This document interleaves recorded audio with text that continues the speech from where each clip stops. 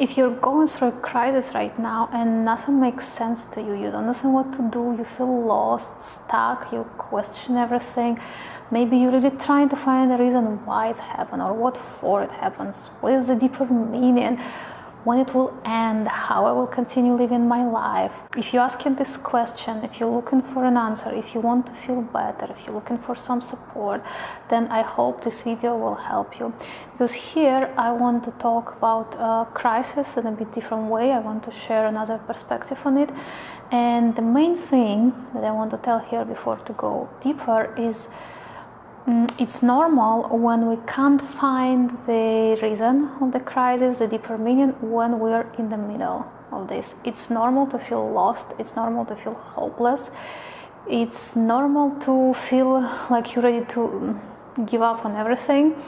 I went through this many times, as probably everyone else in their life, and usually we can find the meaning only after the crisis went to its end and some change happened, or some inner shift, or something major changed in our life, and then we can look back and see, that's why it's happened.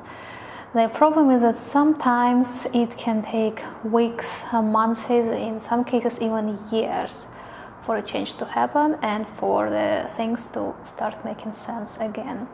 And here I want to mention three possible reasons of the crisis. The first reason is when the crisis happened to us as a result of certain avoidance. It could be avoidance of certain problems or avoidance of certain emotions. So it can work in two different ways. For example, when you have some problem for a long time that you kind of ignoring. There are some signs of it, some symptoms, but they're not too severe, not too big to give them enough attention or to really make some changes. And a great example of this is, for example, like health related. When someone have a toothache and they are too busy or they just don't want to deal with it, they take a painkiller, but they don't go to the dentist, they don't change anything. And it can happen again and again and again until the crisis arrives. And it can arrive in a way that it's sudden pain, that nothing helps, maybe you need to go in emergency, and maybe you can even lose your tooth at the end. Just because when there were these signs and the symptoms, you didn't deal with it and it's arrived to a major problem. This example is very related to the body, to health. It's easy to understand, but the thing is that it can be happening in any area of our life. Something wants our attention. It could be our money situation, our health situation, our relationship situation, work situations, anything. And you may notice that there could be something that you were ignoring or avoiding, and while you were doing it, you were busy with something else, or you didn't feel important enough. Then it's kind of burst at some point and you can't deny it anymore and you have to deal with it. In some situation, it can be really our problems from the past, when they're just emotional, some suppressed emotions or unprocessed pain or inner conflict that we never looked into. At some point, our body, our system, our mind just can't cope with it anymore, can't hide it anymore. It's just like we're losing our resources. We don't have enough to continue suppressing, hiding, or avoiding it. And when it's a topic about some emotional traumas or some suppressed emotion, I have another video that can explain it a bit better, and you can find some nice maybe insights from this video. It's called "Why Sometimes Feeling Worse Can Be a Sign of Emotional Healing." If you're interested in it and you think it could be your case, you can check this video. The second reason is when the crisis comes as a result of fear and of sticking to a comfort zone. This is a bit different situation. Maybe you're not ignoring problems or avoiding something. Maybe things are kind of okay. You're not struggling too much with anything. You live your everyday life. Things are okay, but maybe there is no much growth or no much fulfillment, and maybe somewhere deep inside you have some big goal, big dream, something that you really wanted to try, really wanted to do, to achieve, but you're not really doing anything toward this goal or dream. In some situation you may think about it, but you can't find what exactly you can do now. In some cases you know what exactly needs to be done to do it, but it feels or too risky, or now you don't have time, or something else feels like a priority for your time and energy. And in this case there is a big inner conflict. One part is more preoccupied of feeling safe, to keep things as they are, to keep them kind of normal, maybe even if you're not really happy, but they kind of cache, you know how to deal with it, you don't want new problems. And another part of you, this part wants growth, wants expansion, and it has these dreams, and it kind of sees that you're not going there, you're not doing anything.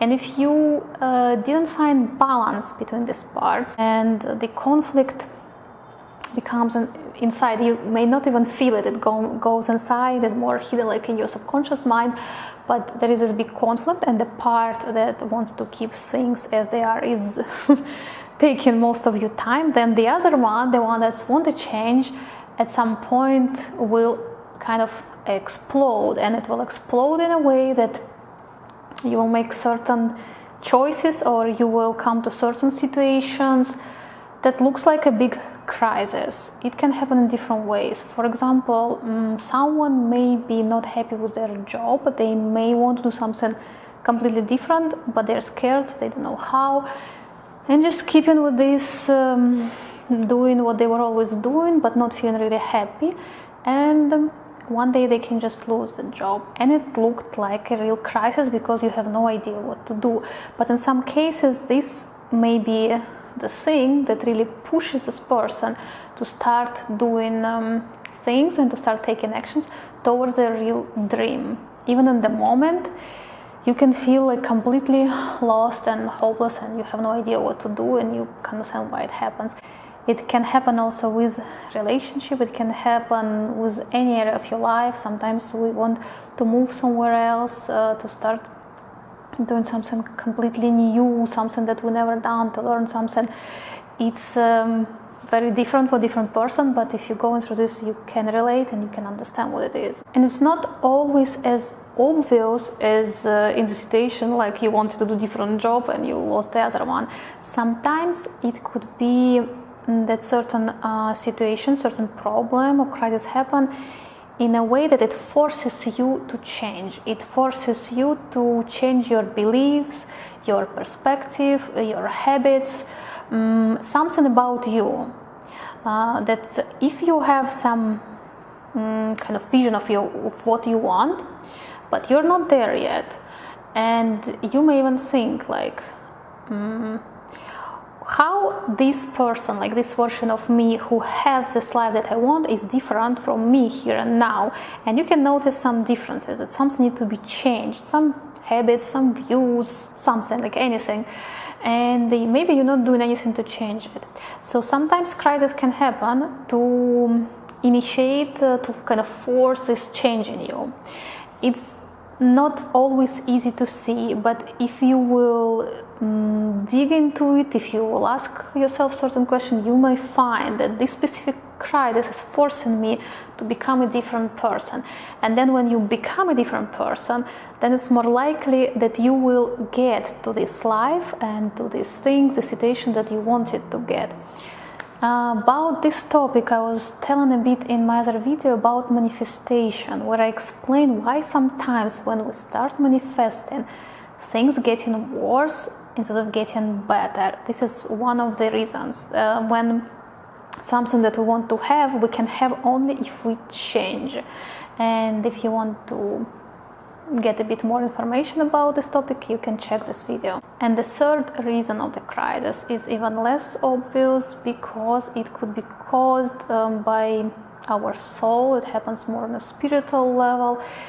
It's more like an ego identity crisis. It's what sometimes initiate a spiritual awakening. A lot of people, when they go through spiritual awakening, they notice the same pattern that they go through crises. Sometimes problems arises in several different areas of their life. Sometimes it feels that everything is falling apart in the same moment. In some cases, the external situation may be not too bad, but it feels like something is breaking inside you, and you can feel really bad without understanding why. And this is called the dark night of the soul. It's one of the stages of spiritual awakening, and it could be really challenging to go through, especially if you don't understand what's going on. The difference between this crisis and other ones is this is caused by kind of breaking the shell of our ego. And the ego is very rigid. When our attachment to the ego identity, fears and desires is so strong that we lose the connection with our, what we can call soul, our inner self, with more maybe true purpose, true desires, true feelings, that is covered with all the stories, with this identity, with all the beliefs, and it's really rigid. It may require very strong pain to open it a bit, to start dissolving this very strong structure. It starts softening you. Very often, only when people go through some strong pain, they start being really different. It's something about them that is even difficult to describe, because it's not a mental thing, it's not even an emotional thing. It's difficult to comprehend. It's something that you feel, and if it's your case, you know it. Not with understanding, analyzing, or conclusion. You just know deep down that this is what is happening to me now. And I have other videos also on this topic. The video about how I was going through my dark night of the soul, how I was going through the void stage of spiritual awakening. And when you are inside these processes, it's really not easy to see some bright future, as you may call it, or some new beginnings, some new life, new you. Usually after this process, you can find yourself as a completely different person. Your values can change, your priorities can change, like how you live your life, how you choose things, everything can change after this kind of crisis. So those were 3 reasons of the crisis that can happen in your life. Sometimes it could be even a mix of them, but the most important question is what to do with all this stuff. Finding the meaning and kind of accepting the meaning already helps, because what is usually working against us is the fight and the resistance. When we resisting it, when we're not accepting what's coming, when we arguing with it, when we blame something or someone, blame other people, circumstances, God, ourselves, when there is a lot of blame, we can't go to healing of the emotions that come in.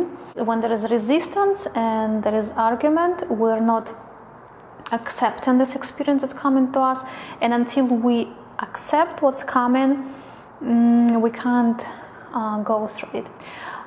Very often when crises come, we want to avoid it at any cost, and I'm the same, and I was going through different crises in my life.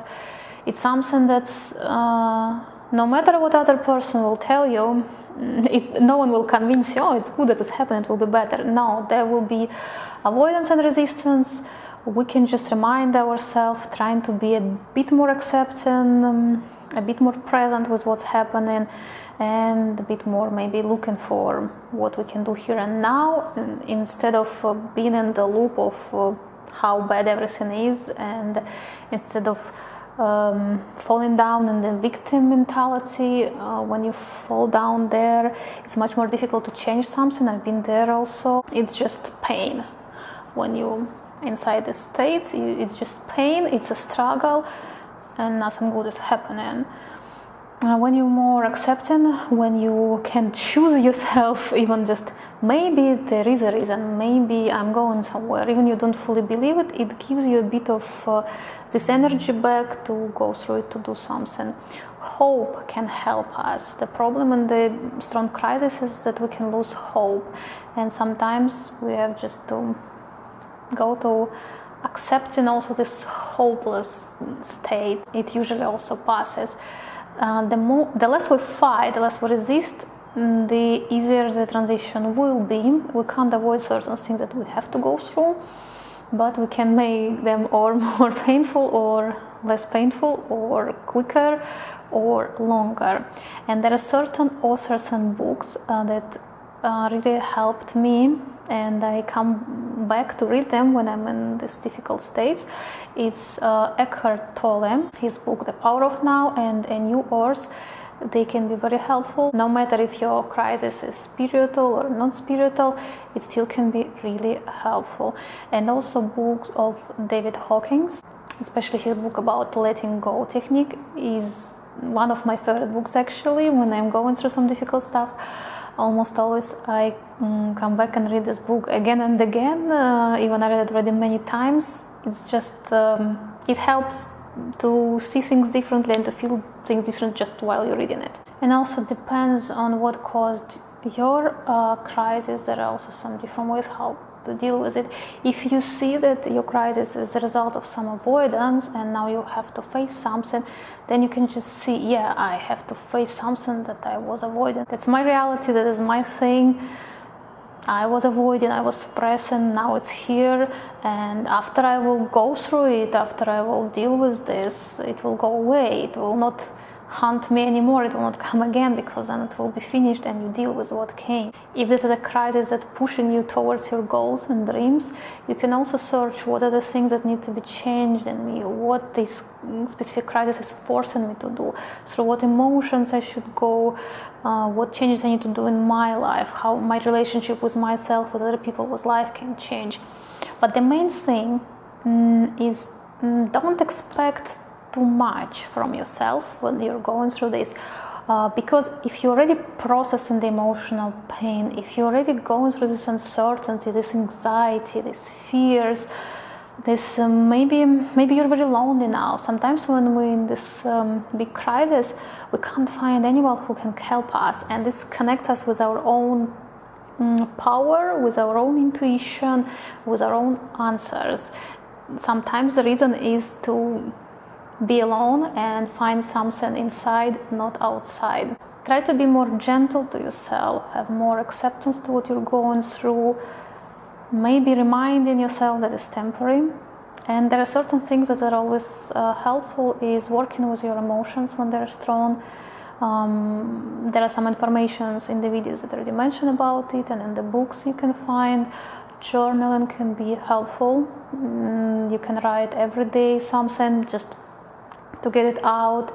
If you have someone close that you can talk through it without finding a solution, just talking and processing, if this person can just listen, it will be helpful, because sometimes some advices and opinions, they can push you more kind of away from what's really happening. But if you have someone who can listen, can be very helpful. Watching or reading something supportive also helps when you can get to certain states that you need the state where you feel a bit more acceptance to what is happening and to yourself. Even if you see that I was the reason I created it because I did this or that, you need to find some acceptance to yourself, that that's the best that you can do, the best that you could do in this specific moment, with your emotions, with your life situations, with your past,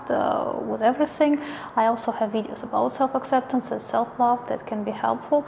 And if you want more content that can be supportive, you can subscribe to my channel and you can check other videos. And you can check also the information on my website about life coaching that I'm offering. It can be also quite helpful during these crises and transition periods.